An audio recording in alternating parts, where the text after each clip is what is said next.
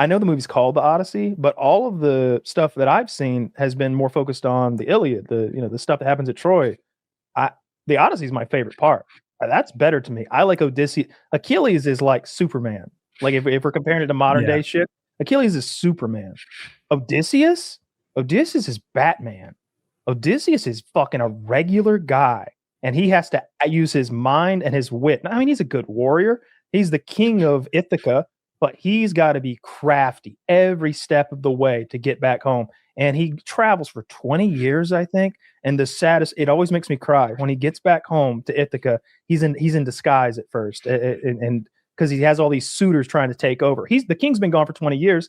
All these men from the neighboring provinces and kingdoms want to marry his wife and take his kingdom. And she's done this silly Rapunzel shit where she's like, when I finish sewing my like mourning shroud, then I will marry. And all day, every day, she's sewing the shroud. And at night, she undoes it. I'd have caught on to that on week 2, but nobody in Ithaca could have just made it an enormous blanket. So Odysseus gets home, and he's finally literally at his home. He's on the island of Ithaca, but now he's approaching his household, and there's his dog. His dog is like 24 or some shit. And the dog has been waiting on its master loyally outside the door for 20 fucking years. And it looks up at Odysseus and wags its tail. And Odysseus can't pet it because he doesn't want to give himself away. And the dog dies right there. Now, in the movie version and the TV versions, he fucking scritches that little fucker and then it dies happy. And I'm like, that's an easy rewrite. All right. Fuck Homer for writing that sad ass shit. It's better this way. Give that good boy a scritch. All right. Good agreed. Boy. It's like that Futurama scene when they showed like the dog waiting forever. That's a rough episode. I'll tear you up, right? It's that's taken right from the fucking Odyssey.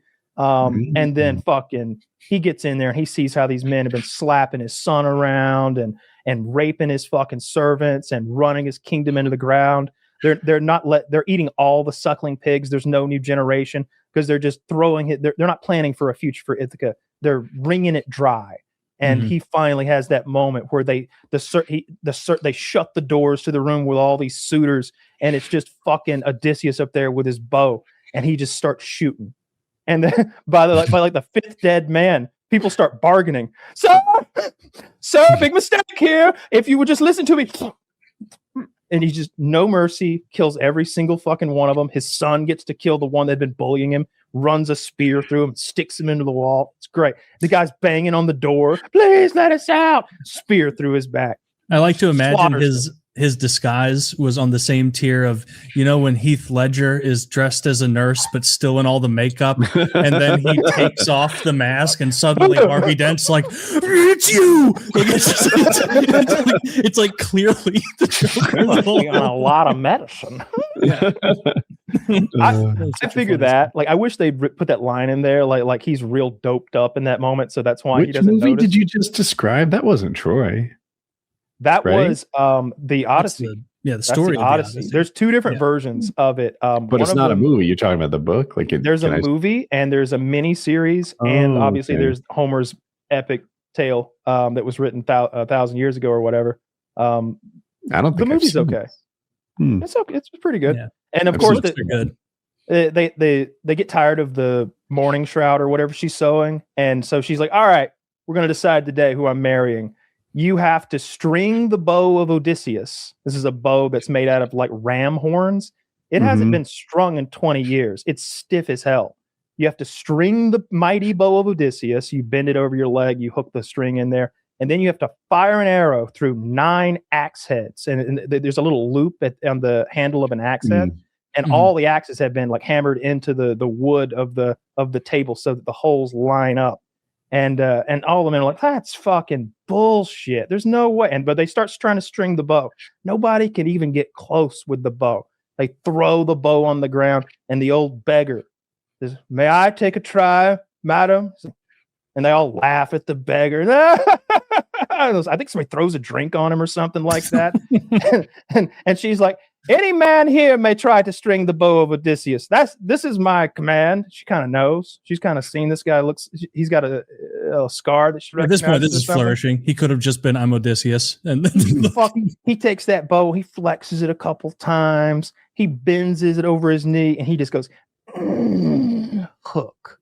Like it's not even just one motion. There's no second try, third try, just hook. And they all go, oh shit. Put that bow down, beggar. You put that bow, you fire that arrow. And he's goes through all the fucking holes and sticks in the wall. And then they all look back at him and he's transformed. His disguise that was given to him by Athena dissolves and he is Odysseus before them.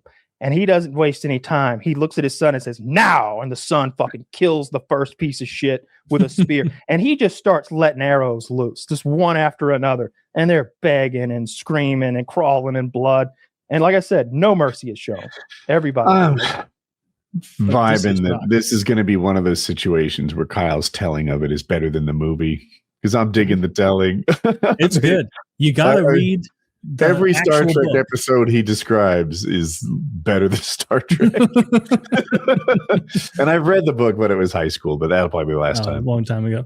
The Iliad was the one I liked more. There's more violence, more fighting in it. But the Odyssey, I guess, it was great in its own way. But disappointing how they're handling the property, the movie. I wonder if Homer's family is upset. The same way J.R.R. Tolkien's family's upset, as if like they still Return. have people. The name of the movie is called The Return. It came out like, let's see. You'll know some of the actors. It's a decent movie. It's not a 5-star gem or anything. It's 78% on Rotten Tomatoes. Came out in 2024. 2024. Oh, it's newer than I expected. Yeah, I watched it a few months back, and I love the story anyway. So it was an easy win for me. I liked it. I like that revenge at the end. The mini series, the revenge might even be better. Like that. I watched the whole movie of him getting kicked around and treated poorly, and seeing that his island has gone to shit, just for that scene at the end where he kills everybody. And he's got a great speech. He's like in the bedroom with his wife, and he's like, they tried to take what I built with these hands. And he's like having this meltdown about all this stuff. It's great. Real good movie. I just love the story. I like although like it's definitely written for an ancient audience. If you break it down, the reason it took him 20 years is because he did a lot of whoring on the way back. Like he would get distracted with an adventure that involved just fucking some like witch or something for like 8 years or something. Like for real. Like I don't remember the ins and outs of it. He obviously has that little run-in with the Cyclops, and he has to fool him. No one has blinded me. That's pretty low tier trickery for the modern audience, but I guess it worked back then. But then he like comes to this other island where I think they turn all of his men into animals or something, and he's seduced by some like goddess or something like that. I think they're killing the pigs that used to be his men and eating them even. It's a whole shit show. But he's definitely in like a fuck fest with some other chick for like years when his wife is waiting at home. Yeah, so it was that witch where she turned his men into pigs, and then he was like, well, she's a cutie. Let's not get out of here too quick. She was a cutie. Yeah. It's a little more sophisticated than that, but it was. Yeah. Yeah. I think the story ages incredibly well because it's really like the hero's journey. Like the boys will be boys, of course, but it's like the hero's journey with, foibles and faults and problems of, there's a part. The reason it took him so long to get back was because I think the first problem was where he goes and gets captured by Polyphemus, the Cyclops. Yeah. Takes him and his men into the cave, rolls that giant boulder that Polyphemus does into the entrance of the cave, and he's a giant Cyclops, so none of them can move it.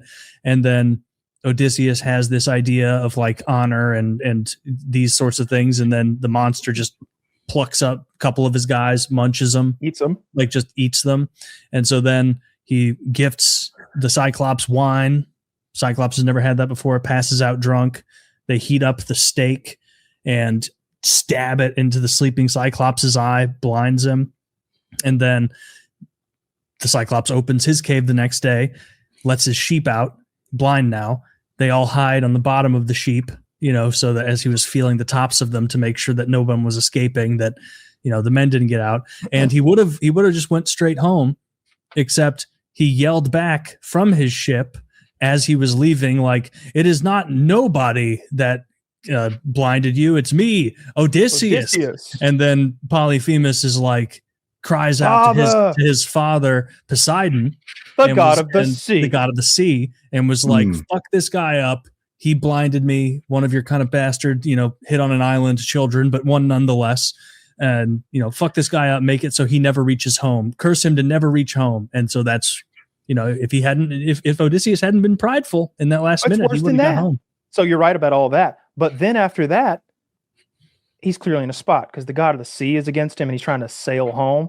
So he calls in a favor. Zeus hits up his boy Aeolus, who is the god of the wind, and says, "Yo, give me the wind real quick. Throw it in this satchel."